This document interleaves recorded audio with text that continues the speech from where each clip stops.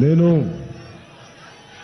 గత దశాబ్ద కాలంగా ఎన్ని ఒడిదుడుకులు తట్టుకున్నా ఒక పార్టీని నడపగలుగుతున్నానంటే సమరానికి సిద్ధమైన వీరులు, యుద్ధానికి జంకని యోధులు, జన సైనికులు. అంటే ఈ రోజున పవన్ కళ్యాణ్ బయటకు వచ్చి మనకి టీడీపీ నాయకులు, తెలుగుదేశం నాయకులు వచ్చి మద్దతు తెలపగలిగానంటే నాకు అండగా ఉన్న జన సైనికులు లేకపోతే నేను ఎంత ధైర్యం ఉన్నా కానీ ఒక్కడనే, మీరు రోడ్ల మీదకి రాకపోతే, మీ ధైర్యాన్ని చూపించకపోతే నిజంగా ఏమి చేయలేం. అలాగే వీర మహిళలకు కూడా ప్రత్యేకించి నా ధన్యవాదాలు.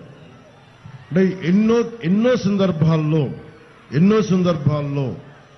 నిజంగా యువత రోడ్ల మీదకి వస్తే 151 ఎమ్మెల్యేలుండి 30 మంది ఎంపీలుండి గుండాగర్దీ చేసే ప్రభుత్వం, అరాచకం చేసే ప్రభుత్వం, దాడులు దోపిడీలు చేసే ప్రభుత్వం, పేకాటలు నడిపే ప్రభుత్వం, యువతకు ఉపాధి అవకాశాలు ఇవ్వని ప్రభుత్వం, కనీసం సాగునీటి అవసరాలు తీర్చని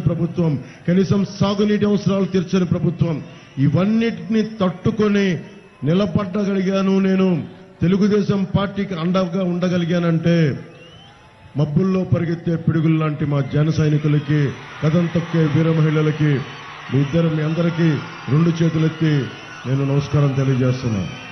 ఒకసారి నిజంగా ప్రభావం అయ్యే యువత ముందుకొస్తే ఎలాంటి అరాచకాలైనా మనకి అడ్డుకోవచ్చు అనేది మీరే నిదర్శనం. సో మీ అందరికీ ఎందుకు నేను చాలాసార్లు ఇంటర్వ్యూస్లో మధ్యన మాట్లాడుతూ ఉన్నాను.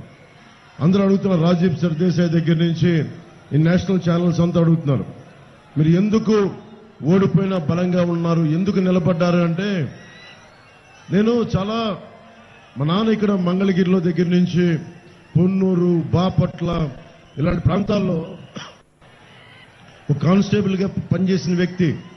సో నాకు సగటు మనిషి మీద ఉన్న కష్టాలు తెలుసు. నాకు అన్నిటికంటే కూడా మన కాళ్ళ మీద మనం నిలబడగటానికి అవకాశాల కోసం ఎదురు చూస్తూ ఉంటాం. సెల్ఫ్ రెస్పెక్ట్ కోసం, ఆత్మగౌరవం కోసం తపన పడుతూ ఉంటాం. మనకు ఎవరికి ఇంకొక డబ్బు అవసరం లేదు. కానీ మనం మన ఆత్మగౌరవాన్ని దెబ్బతీస్తూ ఉంటే ఎదురు తిరగాలనిపిస్తుంది, రకరకాలుగా పోరాటాలు చేయాలనిపిస్తుంది.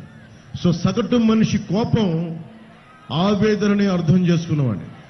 అందుకనే దశాబ్దం ఏమాత్రం ఎన్ని ఓటములు దెబ్బలు తిన్నా నేను ఒకటే అనుకున్నా, ఒక విగ్రహాన్ని చెక్కేటప్పుడు ప్రతి దెబ్బ ఒక అనవసరమైన ముక్కను తీసి ఒక అందమైన శిలాకృతి ఎలా వస్తుందో, జనసేన తీసుకున్న ప్రతి ఓటమి దెబ్బ అనవసరమైన ముక్కని తీసేసి ఒక అందమైన, ఒక పోరాటంతో కత్తి పట్టుకున్న ఒక జన సైనికుడు, కత్తి పట్టుకున్న ఒక వీర మహిళ లాంటి ఒక అందమైన ఆకృతి కనిపించింది. సో ఈ రోజున జనసేన ఎంత బలపడింది అంటే 5 కోట్ల మందికి ధైర్యానికి, రాష్ట్రానికి ధైర్యం నూరిపోతుంది.